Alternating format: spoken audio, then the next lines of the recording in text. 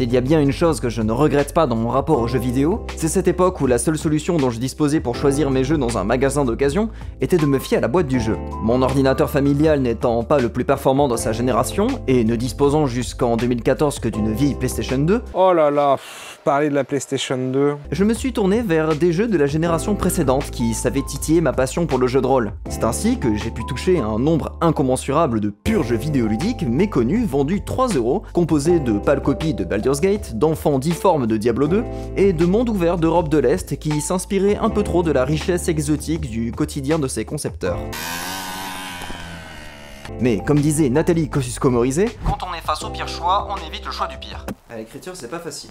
Si bien qu'à force, on apprend à les choisir et on finit, même sans internet, à retracer la filiation de chacun et à dénicher des pépites. C'est ainsi qu'à la recherche d'un RPG, en farfouillant les rayons bleutés des jeux PlayStation 2 d'occasion, mon regard tombait sur une boîte arborant une guerrière elfe noire sur un fond bleu uni, ornée du titre d'une des licences les plus légendaires du RPG occidental. Pensant me procurer pour une poignée d'euros le portage du titre mythique de BioWare, jouable en coopération, je me précipite chez un ami insérer le disque dans sa PS2. Ça n'était pas ce à quoi je m'attendais, mais l'histoire vaut son pesant d'or. Bienvenue dans XP.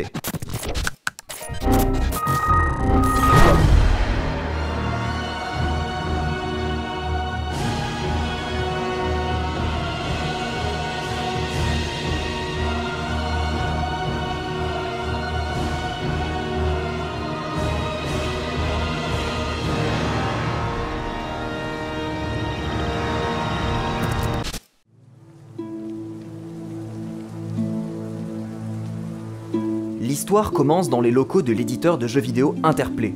Interplay, c'est alors, début 2000, un éditeur mythique possédant sous son aile une multitude de studios aux licences florissantes, notamment dans le domaine du RPG occidental. Il bénéficie du savoir-faire de Black Isle Studios, à l'origine des jeux Fallout, Planescape Torment et Icewind Dale, ainsi qu'un robuste studio canadien tout juste couronné du succès planétaire de leur RPG se déroulant dans les royaumes oubliés de Donjons et Dragons, BioWare et la série des Baldur's Gate. Alors que tout allait pour le mieux pour Interplay, c'est en juin de cette première année du nouveau millénaire qu'un séisme se produisit.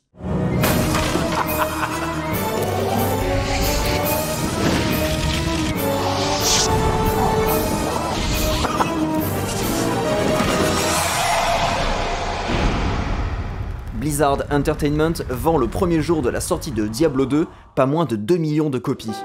Tout développeur est alors en extase devant ce bijou vidéoludique. Des cinématiques tout bonnement futuristes, un système de compétences innovant inspiré des jeux de stratégie, une rejouabilité quasi infinie et une accessibilité sans égale comparée à la concurrence qui se multipliait alors sur PC. Pas mal, non? Autant dire qu'il ne faisait aucun doute dans la tête des commerciaux d'Interplay. Immédiatement, on convoque autour d'une table Black Isle Studios et un autre studio jusqu'ici seulement habitué aux jeux de course, et alors en train de développer un Diablo-like en 3D. C'est Snowblind Studios. La mission donnée par Interplay aux deux sociétés est simple, porter Baldur's Gate sur la toute jeune PlayStation 2 de Sony et reproduire le succès de Blizzard. La fusion de l'excellence narrative de Black Isle et la connaissance du hardware console de Snowblind pousseront les deux studios à accoucher d'une petite merveille de software, le Snowblind Engine. Il s'agit d'une ingénieuse adaptation du Infinity Engine créé par BioWare pour la version PC de Baldur's Gate, pour lui permettre de tirer parti du bijou technologique qu'est alors la PlayStation 2. Méga texturing, moteur physique irréprochable, le bébé est montré à l'éditeur, et tout le monde est confiant. Black Isle se concentre alors sur l'aspect narratif et sonore du titre, tandis que toute la partie technique est déléguée à Snowblind. Snowblind, composé d'une dizaine d'employés, a le souci du détail, peut-être un peu trop pour un jeu en 480p, rappelons-le. Dans une interview, un développeur se vante d'avoir modélisé un personnage de 5000 polygones. 5000 ! Je crois que c'est beaucoup. Par contre, les deux studios se heurtent à un gros problème. Et le gros problème, c'est ça. Ces 3 bouquins infernaux remplis de tableaux, de classes d'armure et de 8d12 plus 4 plus modificateur d'intelligence dégâts de poison. Faire un action RPG jouable à la DualShock 2 avec le système de Donjons et Dragons, c'est comme essayer de faire un château de cartes avec des moufles. Le souci, c'est que Wizards of the Coast est propriétaire de l'univers de la licence, les Royaumes Oubliés, et il n'avait pas vraiment signé pour un beat'em all au personnage dont la motivation est de commettre un génocide de casse en bois et de cruches en terre cuite. Malgré tout, le projet est tout de même validé, tant que le bestiaire est respecté, et plutôt qu'un simple portage du titre de BioWare, le jeu prendra le sous-titre Dark Alliance, leur laissant une pleine liberté créative. On insère le disque dans la bête et... Mais ça va pas, Baptiste, qu'est-ce que tu fais? On nous laisse le choix, un guerrier nain, un rôdeur humain ou une mage elfe. On commence au niveau 1 comme dératiseur professionnel, on marave tout ce qui bouge, on se transforme en poubelle ambulante et on finit par pourfendre du général de guerre corrompu. Encore aujourd'hui, le jeu est hyper fun à faire en coopération. La mécanique est solide et pour de la PS2, le jeu est joli et a une vraie identité. Non mais regardez-moi cette eau là, incroyable. Il apporte de nombreuses innovations en termes de action RPG, notamment dans la simplification des builds de personnages possibles. Le scénario ne casse pas trois pattes à un Aarakocra, mais il se laisse suivre grâce à une écriture fluide, des décors variés et une musique vraiment chouette. Ah, et vous savez ce que ça veut dire un action RPG localisé en France dans les années 2000? Un doublage français absolument délectable. Belle prise, hein, Carne? En effet. Après une gestation de 18 mois, le jeu sort finalement le 20 janvier 2004, et c'est un carton, 87% sur Metacritic et un accueil dithyrambique de la presse. Il faut dire que même si ce type d'heroic fantasy marronasse est hégémonique aujourd'hui, les RPG sur console étaient à l'époque habitués à plus de couleurs et d'extravagance nippone. Baldur's Gate Dark Alliance remporte d'ailleurs le prix du jeu de rôle de l'année, au nez et à la barbe de... Hein? Ah et maintenant, accrochez-vous à votre fauteuil. Après le succès de Dark Alliance, Interplay a mis sur les rails un projet de portage du jeu sur PC. Oui bon, on a décidé de porter le portage. Et vous savez quel studio a été choisi pour l'effectuer? Une petite société polonaise du nom de CD Projekt, les futurs développeurs de The Witcher qui n'effectuent alors que des localisations des jeux BioWare dans le pays de Jean-Paul II. Bon, le projet a finalement été annulé, mais c'est pas un truc de ouf?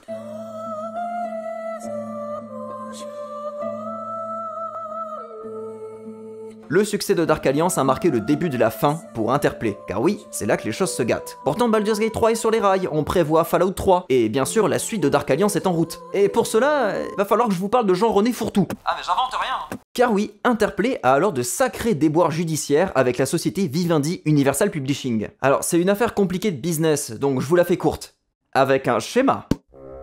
Vivendi est le distributeur de Interplay, et ils appartiennent tous les deux à la même filiale, Titus. Interplay accuse Vivendi de leur devoir de l'argent, notamment les recettes du jeu Lionheart. Interplay rompt donc le contrat de distribution, et pour ça, Vivendi les traîne en justice. BioWare sent la douille arriver et quitte le navire pour signer un contrat avec Atari. Tout ce cafouillage a eu pour effet de ruiner Interplay, qui décide, endetté jusqu'au cou, de licencier tout le personnel de Black Isle Studios, personnel qui se réunira plus tard pour former un nouveau studio, Obsidian Entertainment, et qui auront la charge de réaliser le meilleur jeu de tous les temps. Black Isle did Baldur's Gate Darklands 2. So we had the rights to the engine. So we're like, okay, we could take that and we will make a Star Wars version. So I knew the guy who was running Lucas at the time, and I called him up and said, like, what about this? He said, oh, it's kind of a cool idea. Yeah. And so, well, let's keep on talking about that. So then he called me up and said, hey, what about KOTOR 2? And I said, ok. Bon, je m'égare. Donc la période 2001-2004, c'est le chaos absolu pour Interplay, qui va de procès en perte de recettes. Les annulations s'enchaînent, mais Dark Alliance 2 est maintenu. Aïe. Dommage, Snowblind a lui aussi quitté le navire. Il faut dire qu'ils ont été appelés pour produire un spin-off du plus grand et du plus joué de tous les MMORPG. Ah non, à l'époque c'est EverQuest. Désolé. En effet, Snowblind garde au chaud son moteur révolutionnaire et le met à profit pour Sony Online Entertainment, pour développer un jeu dans l'univers donc de EverQuest, qui prendra le nom de Champions of Noras. Ah, et comme si Interplay n'était pas suffisamment dans la merde, Snowblind poursuit Interplay en justice car ces derniers continuent d'utiliser leur moteur sans leur accord pour développer Fallout Brotherhood of Steel. Ah, vous connaissez pas Brotherhood of Steel? Mais si, ce spin-off de Fallout sur PS2, vous savez, avec les meilleurs shootings. Le meilleur scénario. Ces putains de bâtards. Je sais qu'ils sont méchants, mais là... Les meilleures musiques.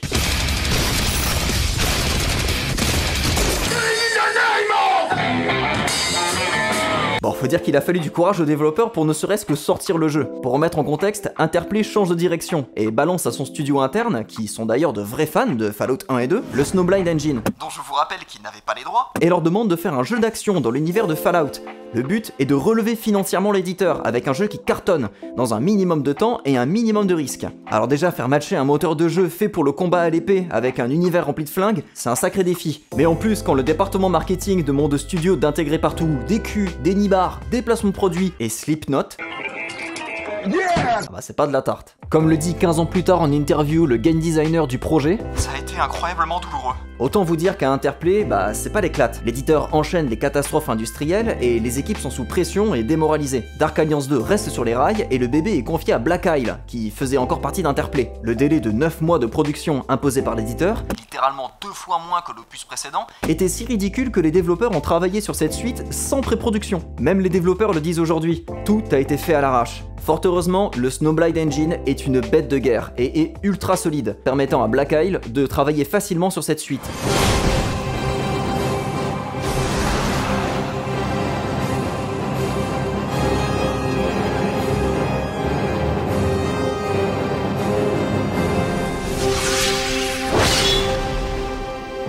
Black Isle implémente dans le jeu quelques ajouts issus de leur expérience avec le support PC, comme une carte navigable ou un système d'embranchement de scénario avec 2 fins différentes qui ne seront finalement pas implémentées dans le jeu.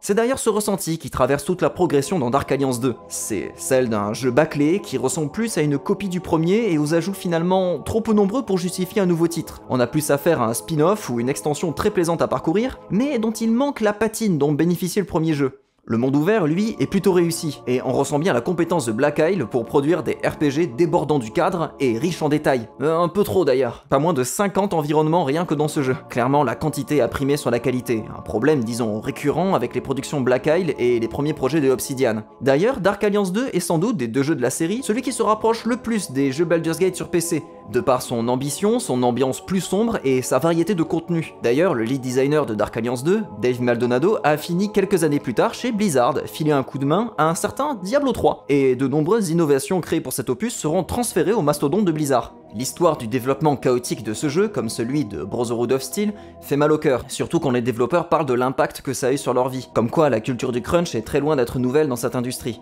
Black Isle développait à grande vitesse le second opus, tandis qu'Interplay s'écroulait complètement. Les employés faisaient carrément des allers-retours à la banque pour voir si leur paye tombait bien toutes les semaines. Mais aussi, tous les jalons d'Obsidian Entertainment ont été posés à ce moment-là, les têtes de Black Isle sentant le vent tourner, et poussant les employés à imaginer le futur. Dark Alliance 2, c'est un véritable baroud d'honneur de Black Isle, et quand on voit ça, et qu'on sait que le dernier quart de jeu n'a été réalisé qu'en quelques semaines, on est à la fois horrifié et impressionné par la capacité de ce studio. Cela n'empêchera pas le jeu d'être un vrai succès, récoltant la note de 78% sur Metacritic. Bon, et Snowblind dans tout ça? Eh bien ça va plutôt bien en réalité. Quitter Interplay leur a finalement bien réussi. Be lethal. Be champion. Champions of Norath, coming April 2004. Champions of Norath est donc un spin-off pour PlayStation 2 du MMORPG à succès EverQuest, un mastodonte de l'époque. Le développement semble s'être plutôt bien passé et le résultat s'en fait sentir. C'est un des meilleurs hack and slash de la PS2, qui a laissé des souvenirs impérissables à tous les joueurs et toutes les joueuses qui l'ont découvert, malgré le fait qu'il soit sorti à peine un mois après Dark Alliance 2. En plus des mécaniques de base du premier Dark Alliance, Champions of Norath multiplie les personnages jouables et permet, oh mon dieu, leur personnalisation, et on peut même les nommer. On peut aussi y explorer le monde merveilleux d'EverQuest et ses nombreux environnements. Je sais qu'aujourd'hui, c'est pas le meilleur argument de vente, mais ça faisait son effet à l'époque. Et surtout, l'ajout le plus incroyable était le mode multijoueur. Clairement, c'était l'argument qui démarquait Champions of Norath de Dark Alliance 2 à l'époque. On pouvait jouer jusqu'à 4 joueurs simultanément en réseau et se bagarrer avec ferveur pour se répartir le loot. Mieux, on pouvait amener sa carte mémoire chez son copain pour importer son personnage dans sa partie. Si c'est pas le futur un peu ça? Pour mettre en place cette feature, Snowblind a bénéficié du renfort de développeurs de EverQuest Online Adventures, un MMORPG sur PS2 à la Final Fantasy XI, qui était d'ailleurs impressionné d'à quel point une si petite équipe parvenait à faire un tel jeu. The big things that I learned there was how different it is working on a team of 20 people as opposed to working on a team of 120 people. But like the CEO was also the receptionist. And going up to Seattle and just being like, this whole game is just you guys? Like, the whole thing? Champions of Norath est selon moi un must-play du hack and slash des années 2000. Si la composante RPG n'est pas son point fort, la solidité du gameplay et surtout la qualité de ses graphismes et de ses animations font de ce jeu une pépite de la PS2. Le gameplay ne se résume pas à taper des mobs, Bon, un peu. et certains niveaux demandent aux joueurs d'exploser des catapultes, de naviguer sur de la lave, enfin, bref, c'est très varié et ça fait plaisir. Et puis ce nombre d'ennemis affichés en même temps avec cette fluidité à toute épreuve, on peut zoomer et dézoomer à l'envie quoi, enfin c'est incroyable. Ah, et la qualité de ces menus avec son curseur qui permet de naviguer, quel bonheur. Et vous reprendriez un peu de version française ?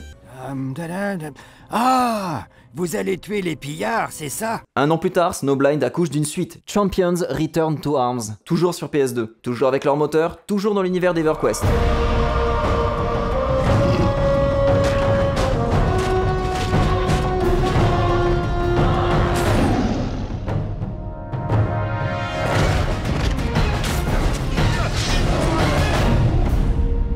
Par contre, pardon, mais le prix de la boîte.